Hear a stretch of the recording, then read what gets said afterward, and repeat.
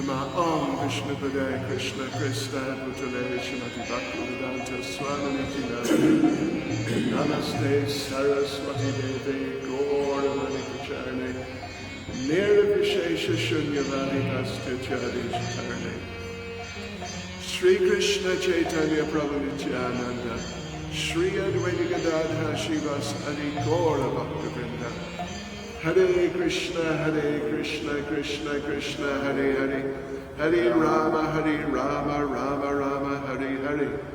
Vanchakalpatarubhyascha kripa sindhubhya evacha Patitanam pavanebhyo Vaishnavebhyo namo namaha.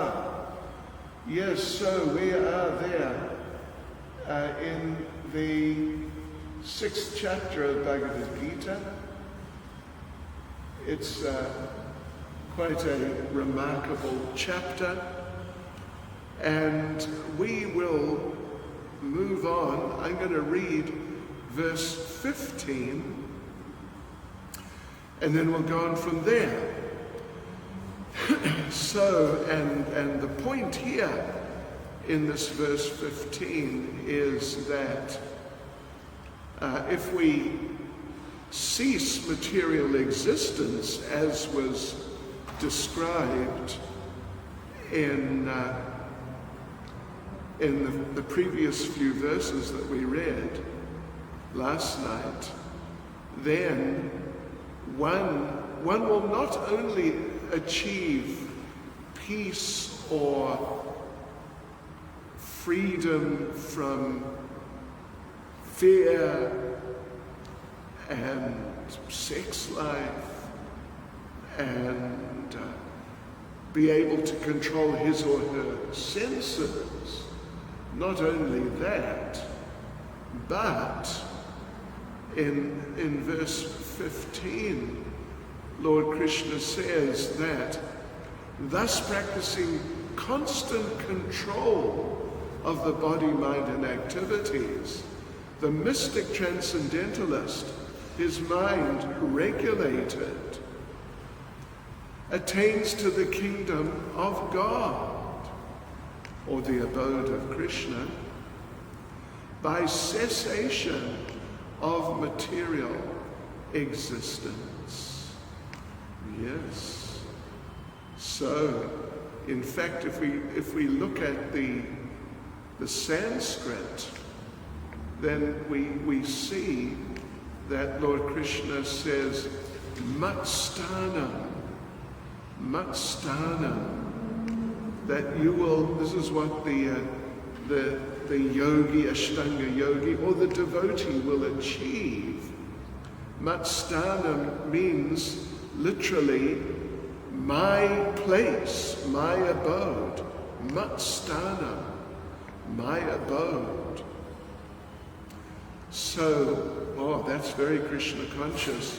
And of course, in the purport, Srila Prabhupada emphasizes that the goal of yoga, obviously, particularly for the devotees, but ultimately for the Ashtanga yogis also, the goal is to go to the kingdom of God, the place of the Supreme Personality of Godhead, Matstanam, my place.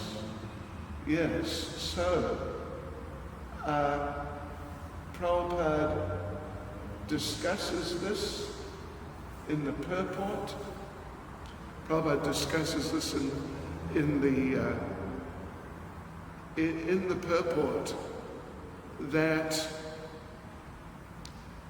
kingdom of God is just a very, very amazing place. There's no need for sun, moon, or electricity. That's going to be described a little later. Yes, it's just a truly remarkable place. Incredibly remarkable place, where one associates directly with the Supreme Personality of Godhead, in personal relationship. And in this way, it's just the whole experience is really quite incredible.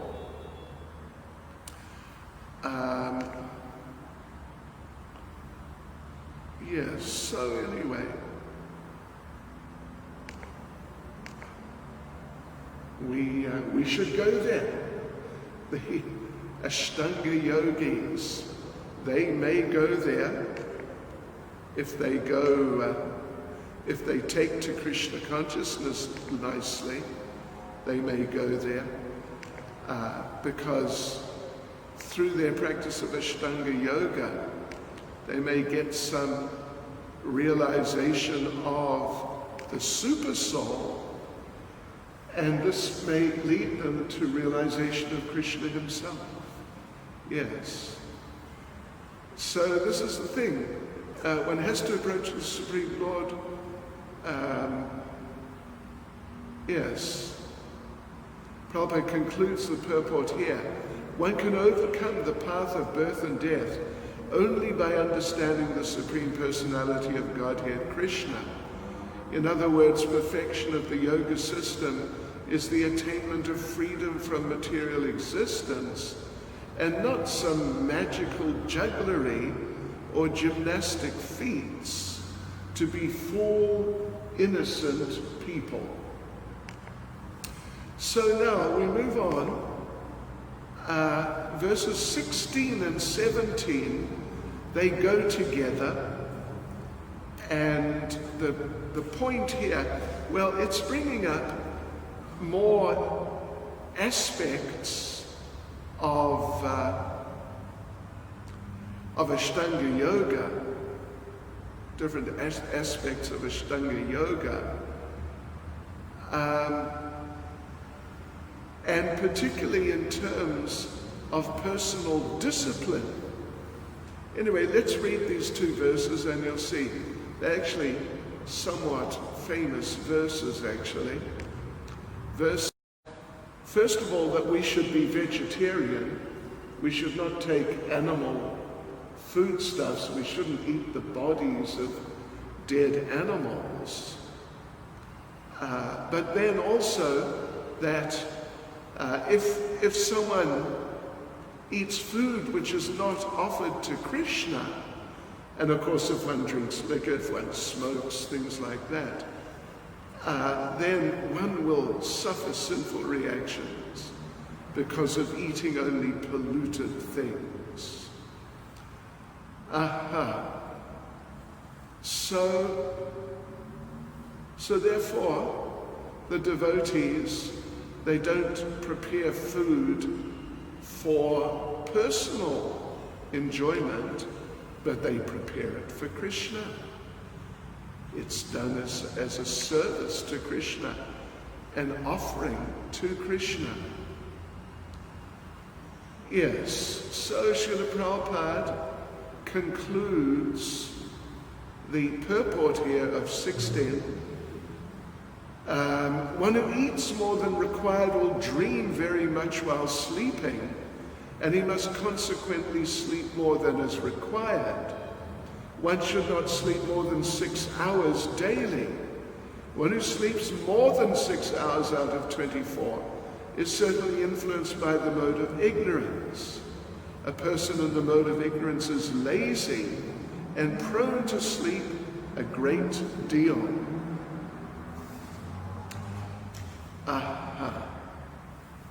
Okay, and so on to verse 17, which, like we said, it goes together. The two they are connected to each other.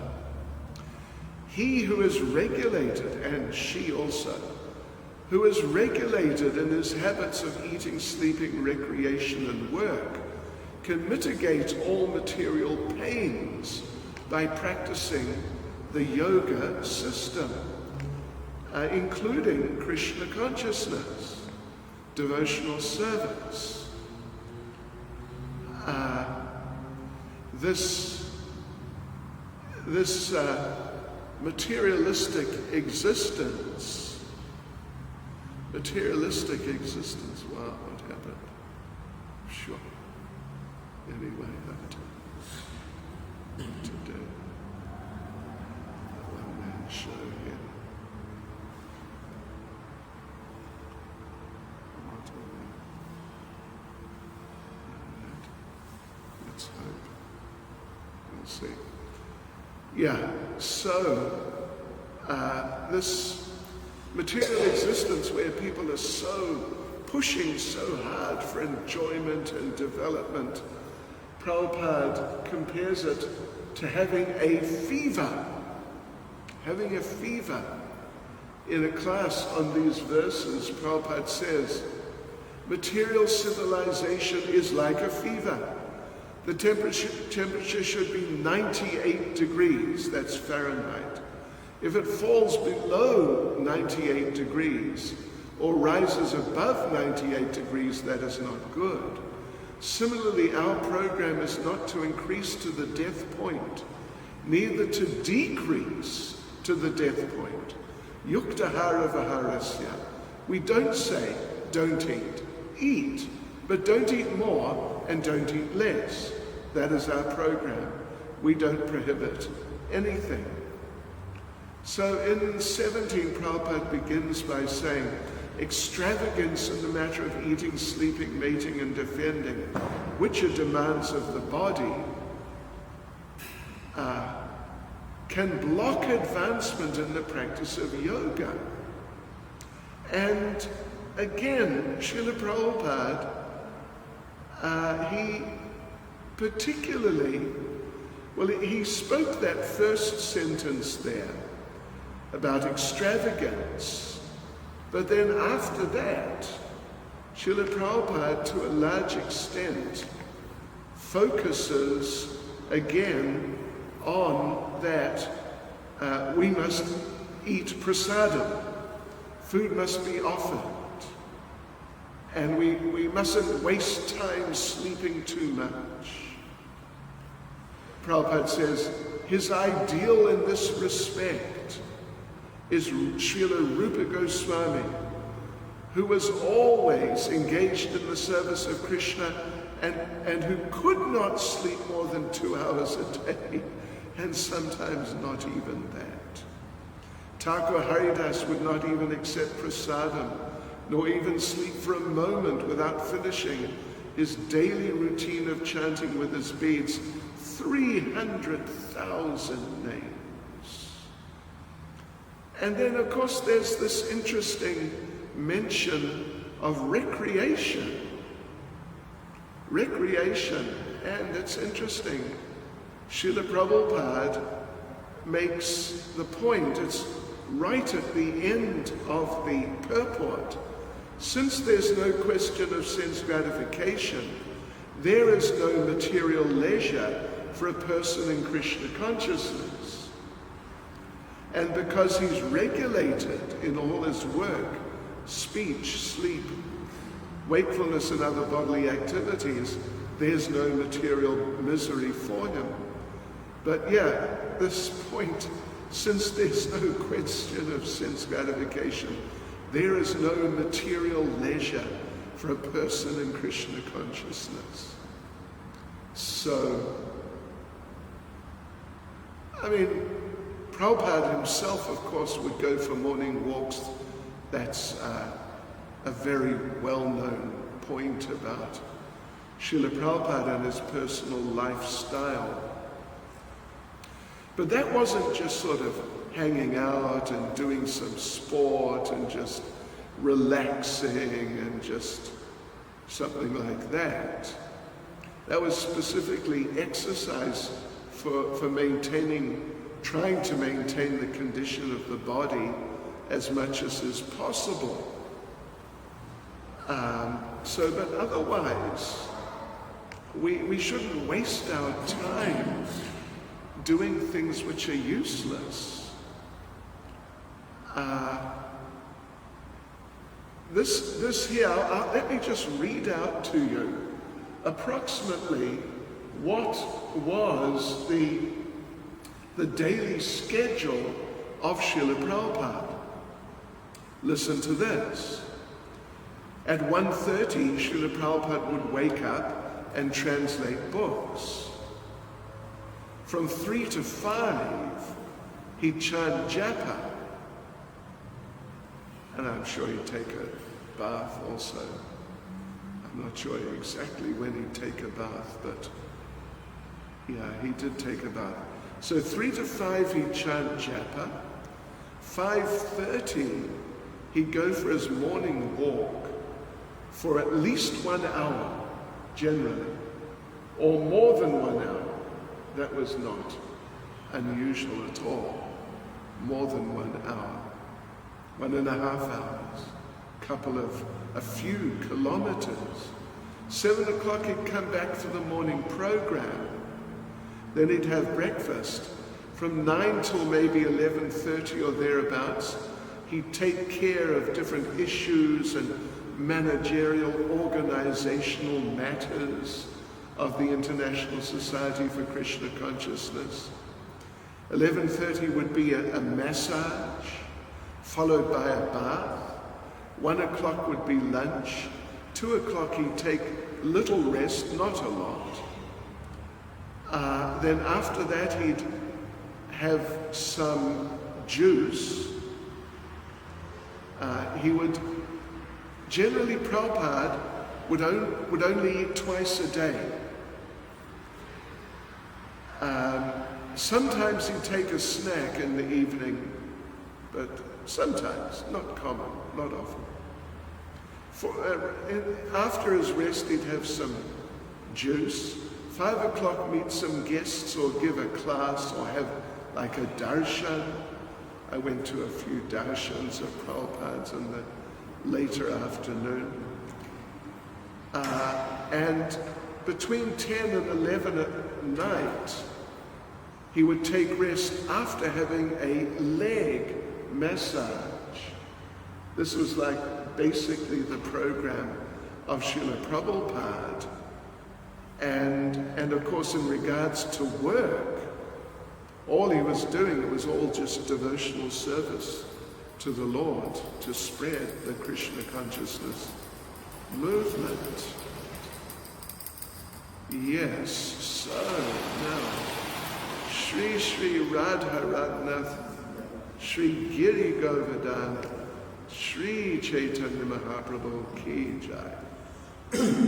So let's have a look here. Verses 18 and 19 are particularly, well, anyway, 18 and 19. Really from 18 to 23 is a description of the samadhi of that elevated yogi who can be taken as being a devotee, as we've already said many times. Yeah. So let's read through 18 to 23. When the yogi, by practice of yoga, disciplines his mental activities and becomes situated in transcendence, devoid of all material desires, he is said to be well established in yoga.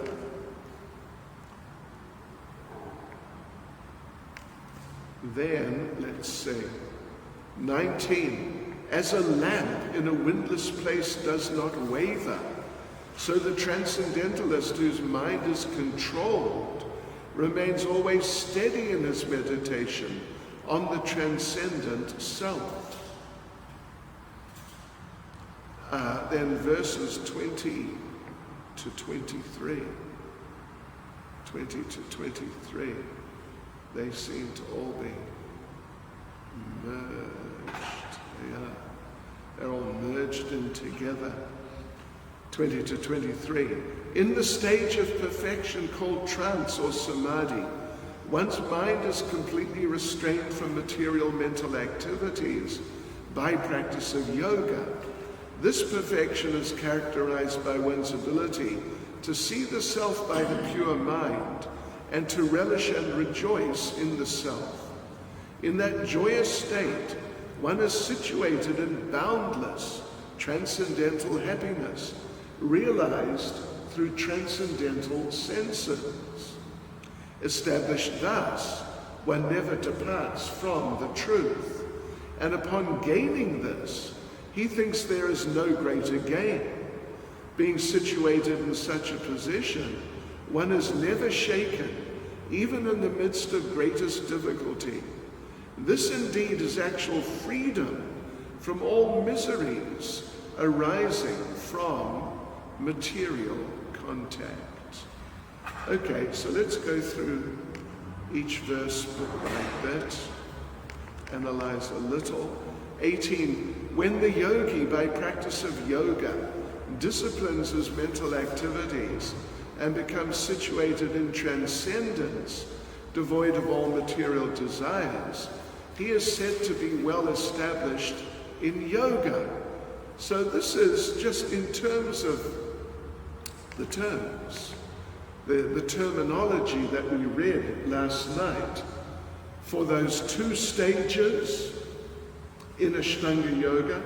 Yoga Ruruksha is the earlier stage where one still does some karma yoga, but then at some point in a more well into the Yoga Ruruksha stage, at some point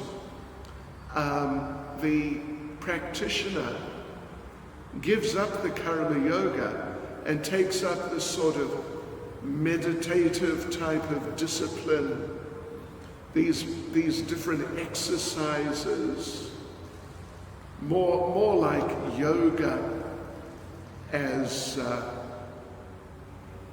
people have this conception of yoga sitting in different positions and doing breathing exercises and so on.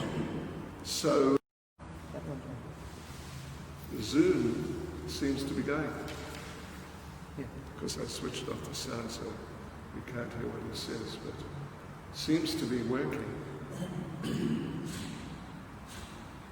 I think he'd telephone us if it's not. So now, now it's working. But can you switch this thing on? So sorry about that, devotees. Just technological challenges. Verse 19.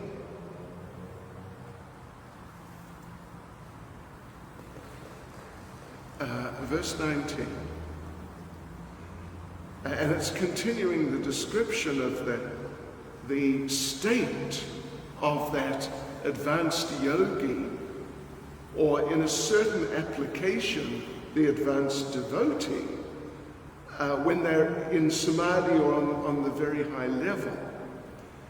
19, as a lamp in a windless place does not waver, so the transcendentalist whose mind is controlled remains always steady in his meditation on the transcendental self.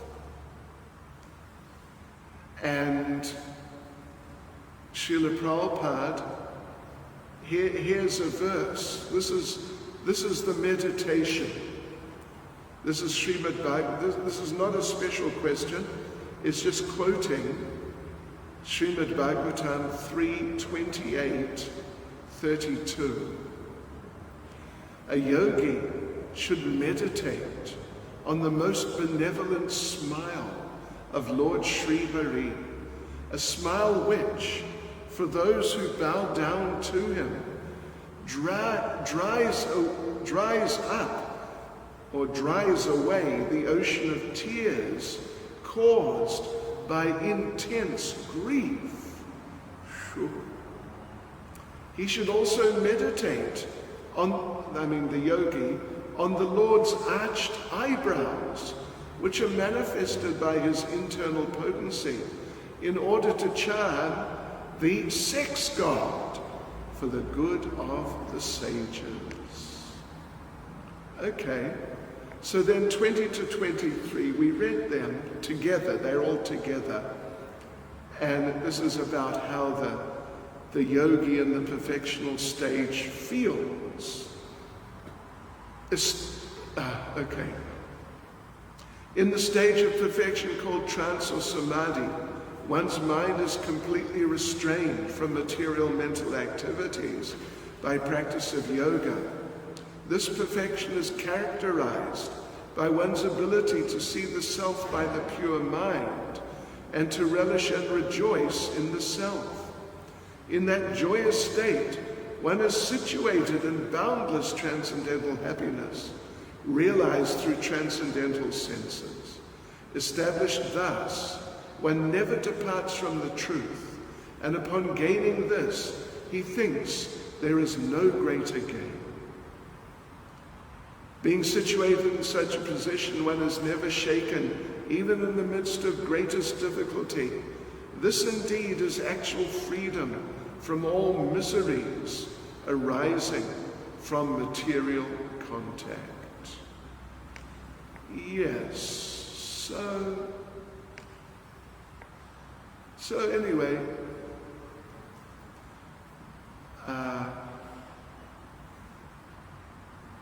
the purport talks about different types of samadhi, Patanjali's process, and anyway, there are details about Patanjali's process and like that. And as one becomes situated like this, well, Srila Prabhupada makes the point. Where is it? Yeah. No. Anyway, it's a lengthy purport, and it's mainly just describing, more than anything, the execution of Ashtanga Yoga, really. We don't really need to go into it in detail. Of course, Prabhupada says in the second to last paragraph, the best practice of yoga in this age is Krishna consciousness, which is not baffling. A Krishna conscious person is so happy in his occupation that he doesn't aspire after any other happiness. There are many impediments, especially in this age of hypocrisy, to practice Hatha Yoga, which is a part of Ashtanga Yoga we mentioned last night. Dhyana Yoga, another part.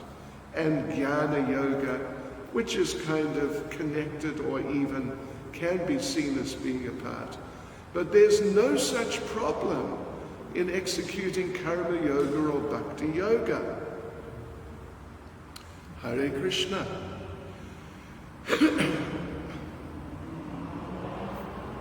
Yes, so let's have a look here. Where to go from here? Verses 24 and 25.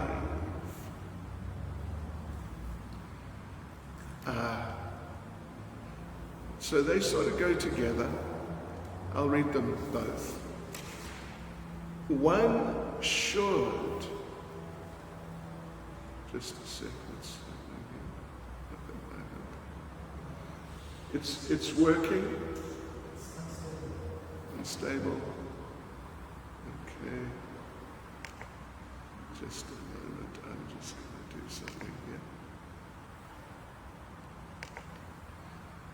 Hopefully improve the stability. It's the weather. It's South Africa. Anyway, let's see how it goes now. This is 24. One should engage oneself in the practice of yoga with determination and faith, and not be deviated from the path. One should abandon without exception all material desires born of mental speculation, and thus control all the senses on all sides by the mind. Here Prabhupada is emphasizing determination, which is pretty much the theme of the verse, And to illustrate this, Prabhupada tells the story of the example of the sparrow. Perhaps you've heard of this before. The example of the sparrow who, the ocean, trying to be clever, tried to steal away the eggs of the sparrow who was somewhere there by the edge of the ocean. And the sparrow wanted her eggs back, but the ocean wouldn't return them. So the sparrow said, "All right, I'll drink you up." But the sparrow was just a sparrow. But she started. But then Garuda, her big brother, big Garuda, who's a type of expansion of the Supreme Lord, he took pity on her. And so then he came and he was going to drink up the ocean, which he could do. And so the ocean gave back the eggs. In other words, if we're determined in Krishna's service, Krishna will help us. The devotees will help us. Help will come, even to surmount. Well, Prabhupada says, at least remained enthusiastic. So then 25, gradually, step by step, one should become situated in trance by means of intelligence, sustained by full conviction, and thus the mind should be fixed on the self alone, and should think of nothing else. Okay. Or the self, the supreme self, too. Yeah. One should, Prabhupada says, one should think of no pleasure aside from the pleasure of the Supreme Self. You know, we already said a number of times how Srila Prabhupada is applying Krishna consciousness in these verses, even though they're often not obviously Krishna conscious. So this was another example of that.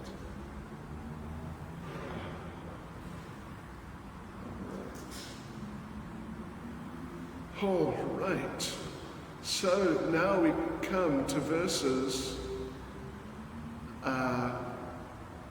26 and 27, and they're about a further progression in control of the mind, which of course has been emphasized here and there in different places throughout these few chapters. So 26, from wherever the mind wanders due to its flickering and unsteady nature, one must certainly withdraw it and bring it back under the control of the self. And Prabhupada in the purport makes the point, that's the nature of the mind. It's flickering and unsteady. To have a really focused mind, you've got to have a really focused intelligence. So in Krishna consciousness, we do this by engaging the mind and senses in devotional service. Yeah. Prabhupada says, serving Krishna with purified senses is called Krishna consciousness. That is the way of bringing the senses under full control. What is more, that is the highest perfection of yoga practice. 27. The yogi, whose mind is fixed on me, verily attains the highest perfection of transcendental happiness. He is beyond the mode of passion. He realizes his qualitative identity with the Supreme, and thus he's freed from all reactions to past deeds. So this is the Brahma Bhuta stage, advanced stage of being fixed on the transcendental platform. So we should, and Prabhupada emphasizes, as usual, or as he has done oftentimes, that we achieve this by always being engaged in devotional service. All right, so now the last section, well, for tonight at least, is, or subsection in fact, verse 28 to verse 32. And it's all about how this advanced yogi sees Krishna everywhere. So I'll just quickly read through the verses and then say some things.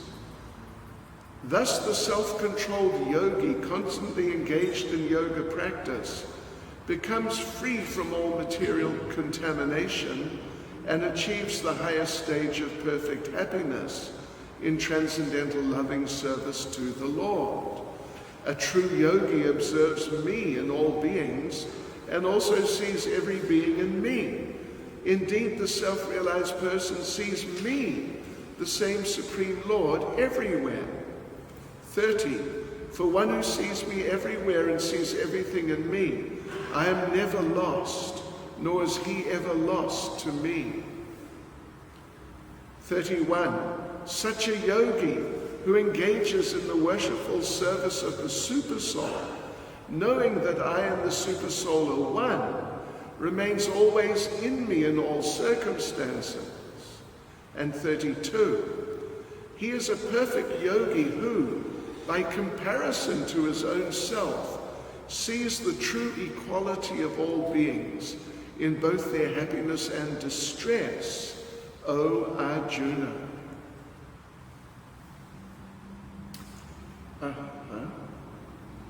All right, let's just have a look at each verse, because we're going on for an extra 5. From now, we're going to be doing about another 10 minutes or something like that, because we started late, unfortunately, due to the electrical cut. So verse 30. For one who sees me... No, wait a minute. 28. Thus the self-controlled yogi, constantly engaged in yoga practice, becomes free from all material contamination and achieves the highest stage of perfection or happiness in transcendental loving service to the Lord.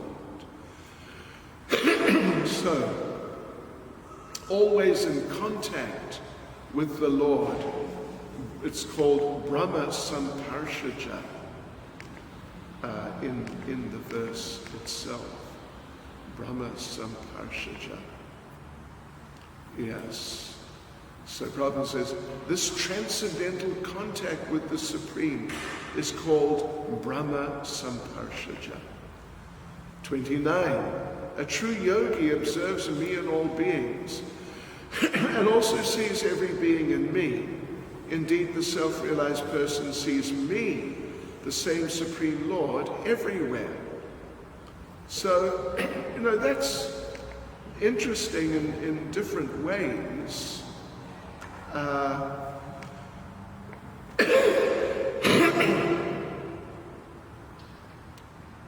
Yes. One is the emphasis on seeing the Lord. Seeing the Lord. Particularly a super soul. Prabhupada in the purport begins by saying, a Krishna-conscious yogi is the perfect seer because he sees Krishna, the Supreme, situated in everyone's heart as super soul, Paramatma. The Lord in his Paramatma feature is situated within both the heart of the dog and that of the Brahman. So, of course, strictly speaking, this is about Ashtanga Yoga. Although Prabhupada applies the verses and the understanding so often to Krishna consciousness and just pure devotional service. But the fact is that in the classic sense, Ashtanga Yoga brings a person to the point of realizing the super soul in trance. samadhi, realizing the supersoul, which then,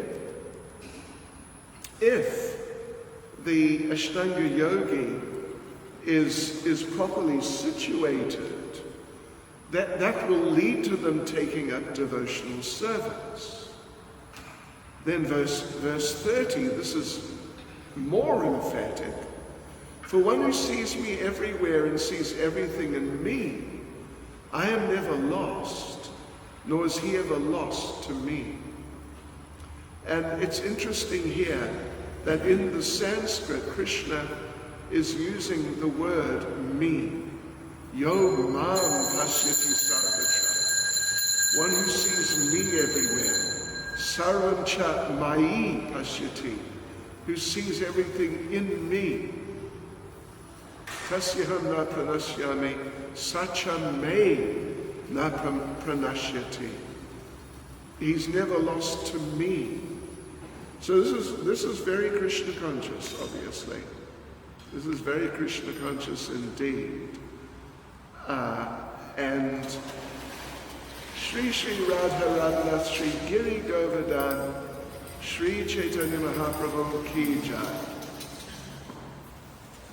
Sing the Lord everywhere. And sing everything in the Lord, which sort of, it's the same thing, more or less. And in the purport, in order to bring out this point very clearly, Prabhupada quotes Brahma Samhita chapter 5 verse 38, Premanjana Churita Bhakti Valochanena Santa Sadaiva Hridayeshu Valokayanti Yam Shama Sundaram Achintya Guna Swarupam Govindam Adipurusham Tamaham Bhajami. I worship the primeval Lord Govinda, who's always seen by the devotee, whose eyes are anointed with the pulp of love. He is seen in his eternal form of Shamsunda, situated within the heart of the devotee. And as Prabhupada says just immediately after that, at this stage, Lord Krishna never disappears from the sight of the devotee, nor does the devotee ever lose sight of the Lord. In the case of a yogi, now Prabhupada's going to talk about the Ashtanga yogi. In the case of a yogi who sees the Lord as Paramatma within the heart, the same applies. Such a yogi turns into a pure devotee and cannot bear to live for a moment without seeing the Lord within himself. Yes. Okay, so then on to 31. Such a yogi who engages in the worshipful service of the Supersoul, knowing that I and the Supersoul are one, remains always in me in all circumstances. Yeah. So like this, that yogi, the Ashtanga yogi, who's been practicing under supervision, probably the same supervision from the beginning of the yoga ladder, like Karmakandya time, right through, and same person or persons teaching him right up to this point. And so those teachers understanding that it's a ladder, and you got to keep going. You don't stop at any particular point on the ladder. So if one has good instruction like that, then if or when the Ashtanga yogi realizes the Supersoul, then they'll come to understand this is Krishna. And then they'll become devotees, engaged in devotional service. And 32,